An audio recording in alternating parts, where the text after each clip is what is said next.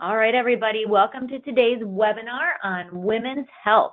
Before I get started, just a couple of the normal items to take care of. We will hopefully have time for some questions at the end of the presentation, and you can type those into the question box in the lower portion of your control panel. We will be posting a recording of the webinar online on our blog, but if you would like a copy of the presentation in PDF format, or if your question does not get answered today, please email our support inbox, which will be shown at the end of the presentation.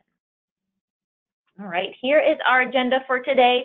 My goal is to go through the lifespan of a woman starting in our 20s on and providing different recommendations on what we need to be paying attention to in a preventative wellness sense at each stage of life. And then we'll end with just some general health recommendations for all women. For those non-women listening, hopefully there's some of you out there, still pay attention because chances are you have a mother, wife, daughter, friend that can benefit from you understanding what we women go through during our lives. I promise any females in your life will thank you for being supportive of their health needs. Okay, let's start with preventative health. It's just like it sounds. Preventative care is doing all we can to prevent health issues down the line or preventing any we may already have from getting worse. What you do or don't do now can absolutely affect your health for the rest of your life. A lot of times when we're young and healthy and in our 20s and 30s, we don't really think to start looking at what we need to do to get on a good plan with these practices.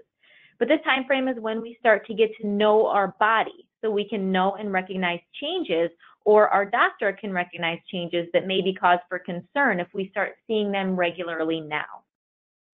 So it makes sense that my first recommendation is to find a doctor that you love. Establishing a primary care physician and women's wellness care provider is so important.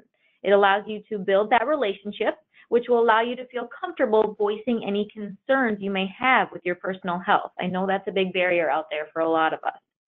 This is a great time to start getting the habit of bringing your blood work that you either did with Health Check 360 or your other doctor and adding on any additional tests that they may recommend for you. Getting these tests done early and often can greatly improve that quality of life later on. Again, prevention is a lot easier than treatment. Next step, know your history. If you can get this information, knowing what health conditions your immediate family has experienced can be extremely helpful. This information can help your healthcare providers identify issues that may be relevant to your health and then help them to assess your risk and decide if there are certain tests or treatments and if they're necessary for you. If you want to take a step further, you can get history from 3 generations of your family, as much information as you can from anyone, including conditions they may have, like pregnancy complications, that type of thing, and even lifestyle habits. If by chance you are adopted, ask your adoptive parents if they received any medical information about your biological family at the time of your adoption. And a lot of times adoption agencies might also have that family medical information on file. A very cool tool that the U.S. Surgeon General has created is a portal where you can compile all this information and you can save it, you can update it, and you can print it out as needed. It's called My Family Health Portrait. Again, Surgeon General is who created this. A quick internet search should get you to that right link, and we'll add it to the blog post with the recording of this webinar as well. So again, if you want all that information in one spot, that's a great resource for you and your doctor. All right, next.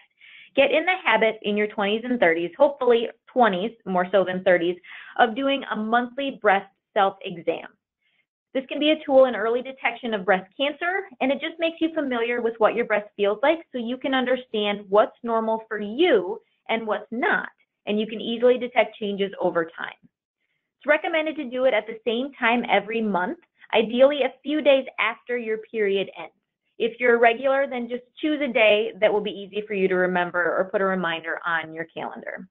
Again, a quick online search of breast self-exam will provide you with guides of how to perform that exam, the specifics, or of course you can ask that doctor. They will have great information as well.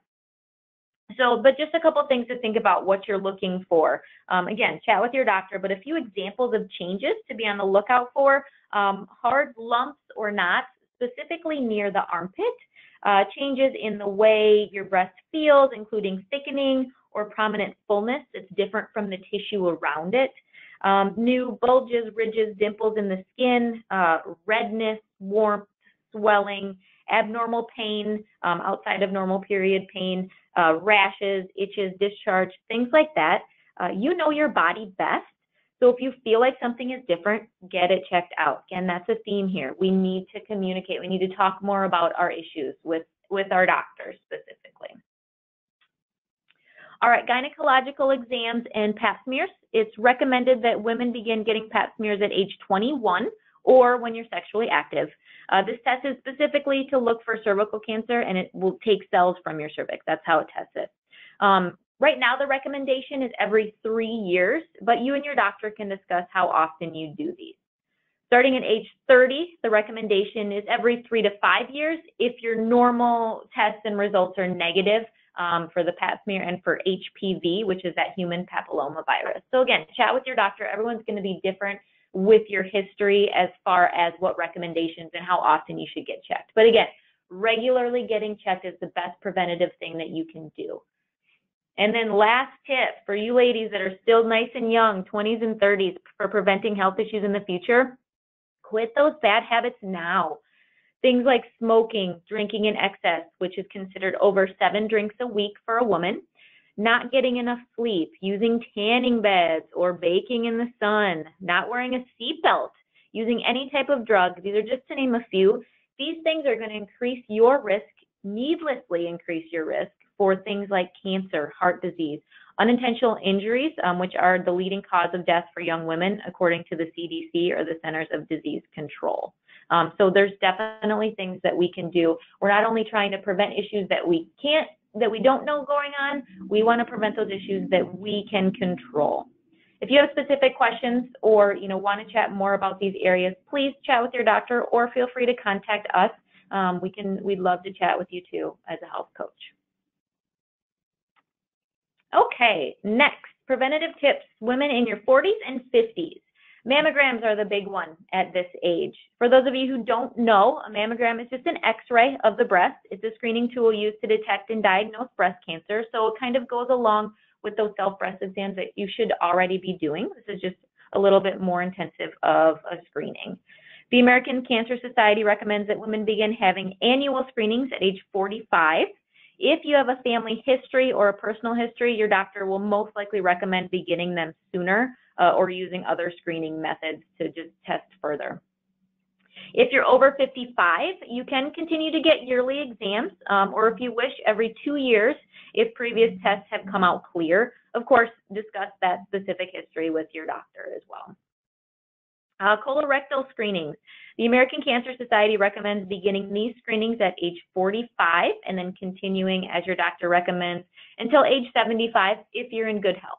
So something to point out there. I know we all love those colonoscopies and such. Pap smears, again, these are recommended every 3 to 5 years if your previous tests have come out clear. Again, chat with your doctor if you have any history on this, but we still want to stay consistent with all these tests. Better to test and know that they're going to come back clean than to not test and have something come up, right? Again, 40s and 50s, heart health is a huge thing. It's one of the leading causes of death for women over 45, according to the CDC. And there are several conditions that fall under this. When we say heart disease, we're meaning heart failure, heart attack, stroke, those types of things. Your doctor can dive into more details, but I want to chat about the gender differences that occur with women. We tend to have different, more subtle symptoms than men when it comes to heart disease, just typically because we tend to develop issues with the smaller arteries that branch off from major coronary arteries. Heart disease-related symptoms for women can include nausea, shortness of breath, vomiting, or stomach pain. So knowing that is something that's important because it doesn't always, it's not necessarily that left arm pain, that type of thing. We can sometimes do it with different symptoms. Again, knowing your risk is key. If you have any of those symptoms, like the ones mentioned that I just mentioned, or any other unexplained symptoms, definitely chat with your doctor. Early intervention with heart disease absolutely makes a world of difference. So pay attention to your body, know yourself, know if there's anything going on. All right, fabulous 50s. Keep paying attention to your heart health and symptoms, just like in the younger years. It's still an important thing to pay attention to.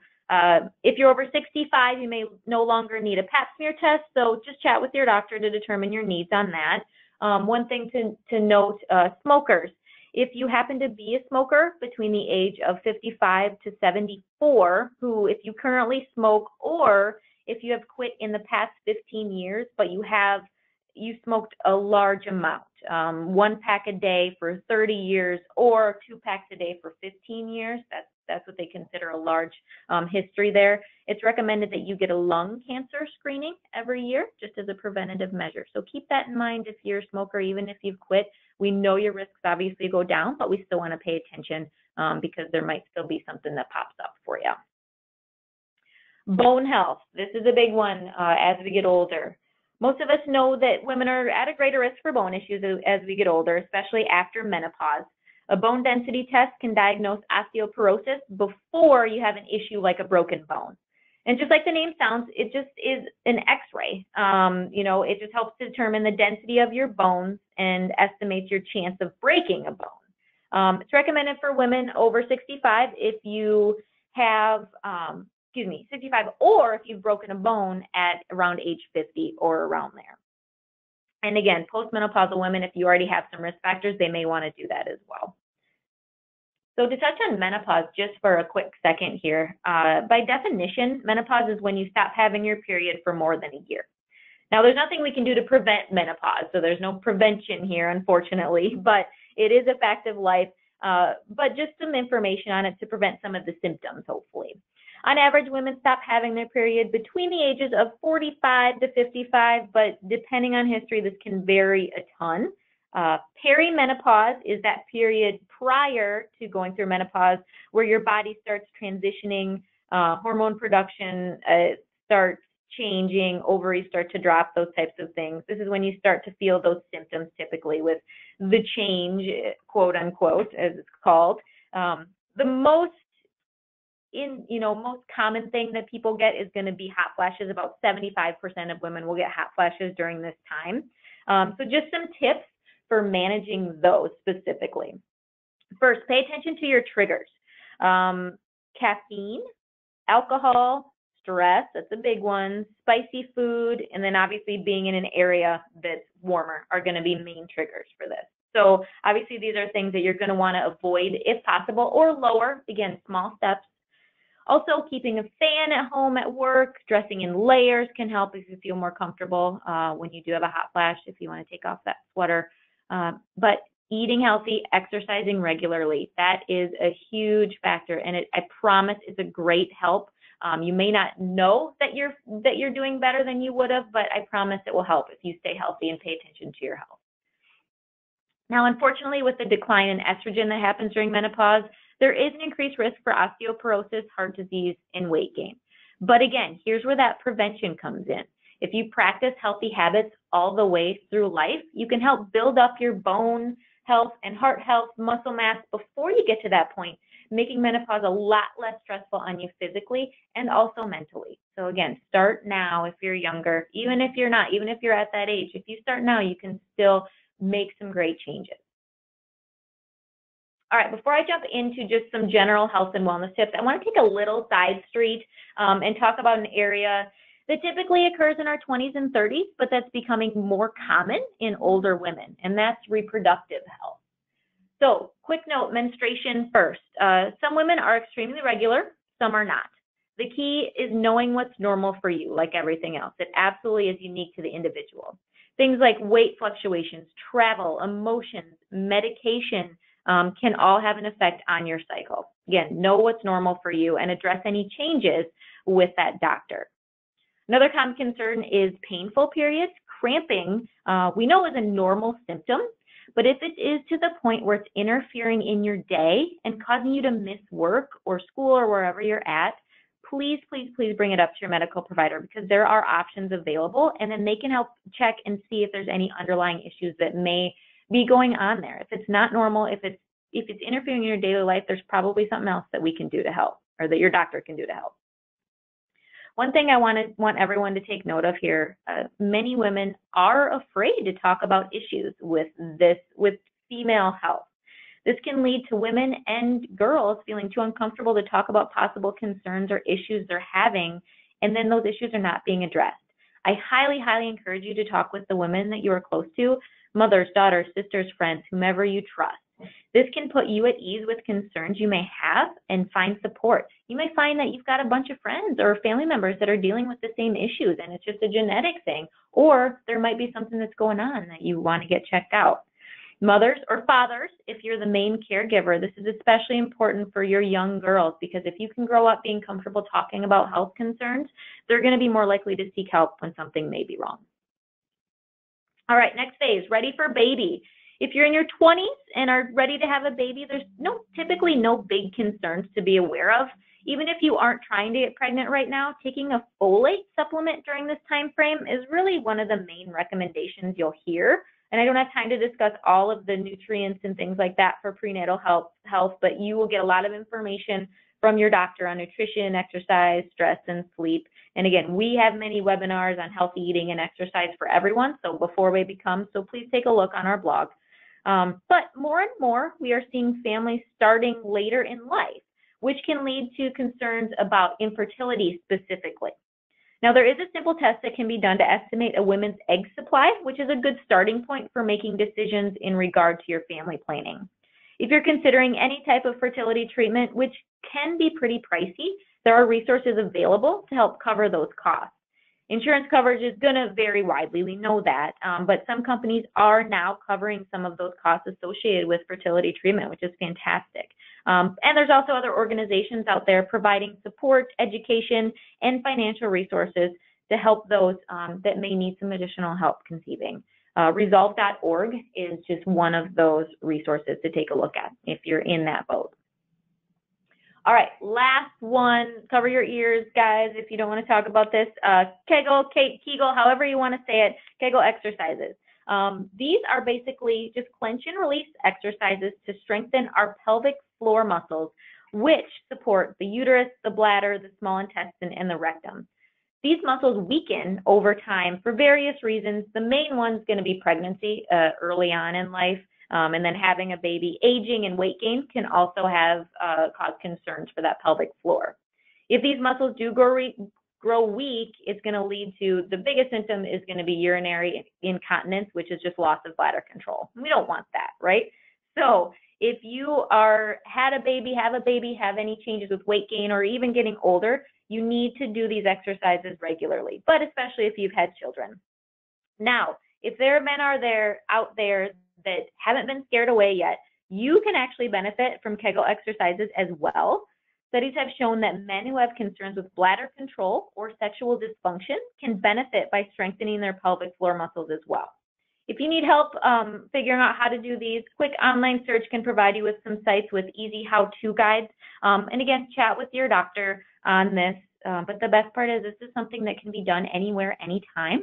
And it's something, again, it's great to get in the habit too, because again, we don't want to talk about these issues, right? But if you can do something to prevent them, then you won't have to worry about chatting about it or having any concerns in the future. Okay, let's move on just to some general tips that all of us women can be doing to stay healthy. In general, with exercise specifically, I think we're all aware that exercise, we know it's a good thing and has many benefits. It's been shown to lower our risk for heart disease by strengthening that heart, improving circulation. It can lower blood sugar, help insulin work better, lowers our risk for certain cancers, including breast and uterine cancer, and also can help with maintaining that healthy weight, which also lowers that risk for those concerns that I just mentioned. And not to mention, which I shouldn't just briefly mention this, but it will just be brief, but mental health as well. We know that's so important. And like I already mentioned, we already have webinars that dive into detail with more specific recommendations. So I'm just going to give some tips for the different age groups here really quickly. In your 20s and 30s, your goal should be to simply create those habits that you can maintain long term. If exercise is part of your regular routine, then it's going to become as natural as brushing your teeth. I hope you all brush your teeth out there, but it's something you won't think about. It's in your schedule. You're going to do it. You're not going to worry about having to fit it in because it's going to be part of your daily life. And the key to doing this is find something that you enjoy that includes physical activity. It doesn't matter if it's group exercise classes, if it's fun runs, if it's walks during your lunch hour, whatever it may be, All that matters is the consistency with it. For health purposes, we need to be consistent each week, getting that heart rate up. And then if you like to do it, you're obviously going to be more likely to keep doing it, right? Now, if it's possible, try to think of ways to address all areas of your fitness. So we want to do a variety of activities that include cardio, which is getting your heart rate up, strength and body weight training, which is going to keep that muscle mass up and help that bone density, stretching and flexibility. That's going to be, daily range of motion. Keeping that up as we get older is so, so important. All of these things are going to lower the risks for common health concerns as you age. And again, this isn't something that you have to do all at once. If you don't do any exercise right now, start with one area, build up from there, and progress as you're able. That's small goals. All right, 40s and 50s, again, I've touched on this. Big focus should be maintaining that bone density and heart health. It's been shown that weight-bearing exercises, simply using your own body weight, can help build and maintain bone mass and also that muscle mass, which is just so, so, so important. We cannot underestimate the importance of bone mass and muscle mass for women. So something as simple as dancing, those group exercise classes, jumping jacks, even tennis would be considered an exercise that helps put stress on the body. Think of stopping and going. Every time you step down, that bone gets a little bit of pressure put on it, and it has to strengthen to react to that. So that's where we get that bone strength, and the same thing happens with the muscle as well. So take this seriously. When it comes to bone density and muscle mass, if you don't use it, you will lose it. So we need to take this seriously. Get moving, get exercises, do what you can throughout the day. And more specifically on cardio here for that heart health, you got to keep that ticker ticking strong, right? So you want to make sure you're incorporating those activities that raise your heart rate, like I said. The recommendation by the American Heart Association is 150 minutes of moderate exercise intensity each week. Moderate intensity can be summed up that if you're doing an activity that you can talk, you say you're walking with a friend, you can have a comfortable conversation, but if you wanted to serenade them, sing them with the song, you're going to find that hard. So we want that intensity to be a little bit up there, but nothing too crazy. But you want to get a good sweat going at least. And again, that 150 minutes doesn't have to be in huge increments. It can be even in 10-minute increments. Every week we want to try to get that 150 minutes. And as always, if you're just starting to exercise, don't try to get that in all at once. Build up. You're still going to get benefits from doing anything. We just want to build up as the ultimate goal for you. One quick last tip I want to mention for this age group is flexibility and willing to make adjustments. During your 40s and 50s, a woman's body is going through a lot of changes. We already talked about that, right, with menopause. It's going to affect your sleep. It's going to affect your energy. It's going to affect things. If those changes are something that you're dealing with, don't overwork your body with that overly intense, strenuous workout, which could put you at an increased risk for injury. Maybe this time, if you're having some big symptoms or having some issues, try lower intensity like yoga and then just that walking or bicycling, something like that. That's going to be a little easier, but you're still getting some movement, getting some activity in until you feel comfortable going up to a more intense activity. All right, 50 plus, functional fitness. If you are in that over 50 group, more specifically, even more over 60, the goal is to maintain your strength in activities of daily living. So that just means carrying the groceries, cleaning your house, playing with your grandkids, right? We want to do that as long as we possibly can. Now, if you're already doing higher intensity fitness at that age, keep it going, maintain that fitness level. But for those that are just starting out, I'd advise that at least aiming to improve what's called that functional fitness. So basically, what we want to do is look at the 4 areas of that functional fitness: balance, core strength, muscle endurance, and multi-joint flexibility. This makes sense if you think about it. If you need to lift your groceries, you need to be able to balance to bend down to pick up the groceries. You need core strength to stand back up and to walk. You need muscle endurance to make it all the way from your car and kitchen, if you're like me trying to carry 70 bags at once. And then you need flexibility, say, in your shoulder joint to put those cans on the top shelf. I would love to get more into this because I feel like we have a tendency to just say, oh, well, I'm getting older, I can't do anything about it. Functional fitness, you can do so much, no matter where you're starting out. If you're 20, if you're 60, you can improve this health to make it so that you can stay on your own for a lot longer than having to rely on other people. So again, do a quick online search about functional fitness, talk to your doctor, and get in that good routine. All right, on to diet. Once again, other webinars, you're going to hear that a lot. You should know that we've got some really good stuff on our blog, but we just don't have time to talk about everything today. So just some general tips, starting with 20s and 30s. The one quote unquote diet tip, we don't really use the term diet, but nutrition tip that I'll make to all the ladies out there in this age group: sugar. Kick the sugar habit. We can all imagine the typical diets of someone in college or just starting out in life, full of sugar, right? Problem is, we continue to carry these habits. We don't change them necessarily. Eating cereal for dinner, cookies for breakfast, giant iced coffee for lunch. You know who you are. Getting all our calories and energy from sugar and carbohydrates will absolutely start to creep up on you as you get into your later 20s and 30s. Even if you feel good now, even if your results are good now, it's not going to last, I promise. It will absolutely affect issues down the road. All right, 40s and 50s, and these tips can go for the rest of your life. Remember when I mentioned the heart disease? If you haven't already, now is the time to make your eating habits align with having a healthy heart. Whole foods, less processed foods in general are going to have you heading in a good direction, but there are also some specific foods that have been shown to be heart healthy as well. Leafy greens are a big one, so your spinach, your kale, that type of thing. Whole grains, if you're going to do carbohydrates, so your oats, not necessarily quick sugar-filled oatmeal, but if you can make your own oatmeal out of old-fashioned oats, that's great. Quinoa is a great option. Brown rice, those whole grains, the ones that aren't processed at all, are the best way to go for that.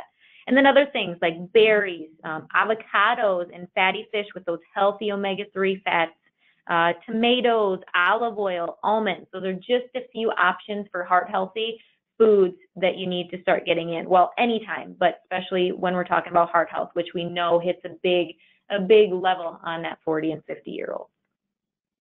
All right, last but certainly not least, sleep and emotional mental health. Sleep, everyone loves it. I hope you do anyways, but most of us aren't getting enough of it. Some recent research is showing that women actually have more trouble sleeping than men. For most of us, we probably aren't surprised by that, but that's putting us at a risk for issues, right? Getting enough sleep at night is vital for every area of our health and for every age group. Also, hormonal fluctuations during pregnancy, menstruation, menopause can impact the systems in our body that regulate sleep. So, there's other things going on there than just stress and things like that. So what do you do? Quick tips from the National Sleep Foundation: cool bedroom, limit your noise and your light, try some relaxation, coping exercises. We just did a meditation webinar last month. That's a fantastic idea. Consistent bedtime wake-up routine. Again, we did an entire webinar on sleep, so to take a look at that, or you can head to sleep.org for more tips as well. Emotional tips. While both men and women are affected by mental health conditions, women typically have higher rates of depression, anxiety, eating disorders, and post-traumatic stress disorder. So not getting diagnosed as well as ineffective treatment can absolutely have long-term effects on our health as well. The key is finding support and seeking out treatment. Women'sHealth.gov is one resource provided by the Department of Health and Human Services. It's got a variety of information and a free helpline that provides additional guidance. A lot of you may have an employee assistance program through your work as well, which is great and often underused. So that's a wonderful resource as well. Chat with your human resources on that. And then stress. Everyone wants to be Superwoman, right? We want to be the perfect mom, wife, employee. Frankly, it's unrealistic, but nonetheless, we strive to achieve it. Of course, some stress we know can be good and productive, but constant overbearing stress can impact other areas of our health. That's not a surprise there. Worrying about family, finances, constantly having that to-do list is going to drive you crazy at some point. So here are some tips provided by the Cleveland Clinic to help women deal with too much stress. First, don't soothe yourself with food. Try activities or tea or something like that if you want to go for food, if you're having a step down there. Take a warm bath, meditation, exercise. We know that's going to have multiple benefits. Number 2, keep work at work and home at home. Try to set those boundaries. That's going to help you from feeling like you have to help with every situation at home and every situation at work all at once. Number 3, this is a huge one. Delegate tasks at home. Create routine and chores that are divided with everyone, your kids, your spouse. This is really hard to do. I struggle with it myself, but make that a priority. Delegate those chores. 4, put the phone down. Be present with your family and friends. This is everyone too. Have your kids put their phone down too. Don't feel like you need to be constantly connected to your device. Financial health. Create a budget. Make sure you know when bills need to be paid. Consider automatic payments to help with that. 6, don't compare yourself to others. This is a huge one, so let me repeat. Don't compare yourself to others. Comparison is the killer of joy, I believe is the quote that's out there. Let go of being the perfect mom, wife, employee. Focus on doing your best and let go of needing to compete with whomever it may be. I know this is easier said than done, but please, please, please make this a priority. And speaking of that, make yourself a priority. Practice some self-care. Get yourself a massage. Read your favorite book. Have a date with yourself. You fill in the blank. Try to find some time, even if it's 10 to 15 minutes by yourself. Try to find that time as many days as you can. All right, running out of time here. I apologize. Here's your takeaways. Know where you stand with your health by getting those preventative exams. Number 2, address all aspects of your health by setting goals with nutrition, exercise, stress, sleep. Make yourself a priority by taking some time for yourself to lower stress, get that activity, work on making small, gradual changes for long-term health. Ladies, if we don't take care of ourselves, how are we going to take care of those who we love, right? Make yourself a priority, set some goals, and let's be that superwoman, realistic superwoman as much as we can. All right, upcoming webinars next month. Healthy comfort foods. We'll give you some good examples of foods that can be comforting but aren't going to be so belly expanding. And then healthy holiday habits for December. We just want to make sure that we're paying attention to our health even during the holidays. All right, we are on Twitter, Facebook. We've got our blog. This is where the webinar will be posted in the next couple days. We're on Instagram. And then shoot us an email, give us a phone call. We'd love to set up a time to chat with everyone.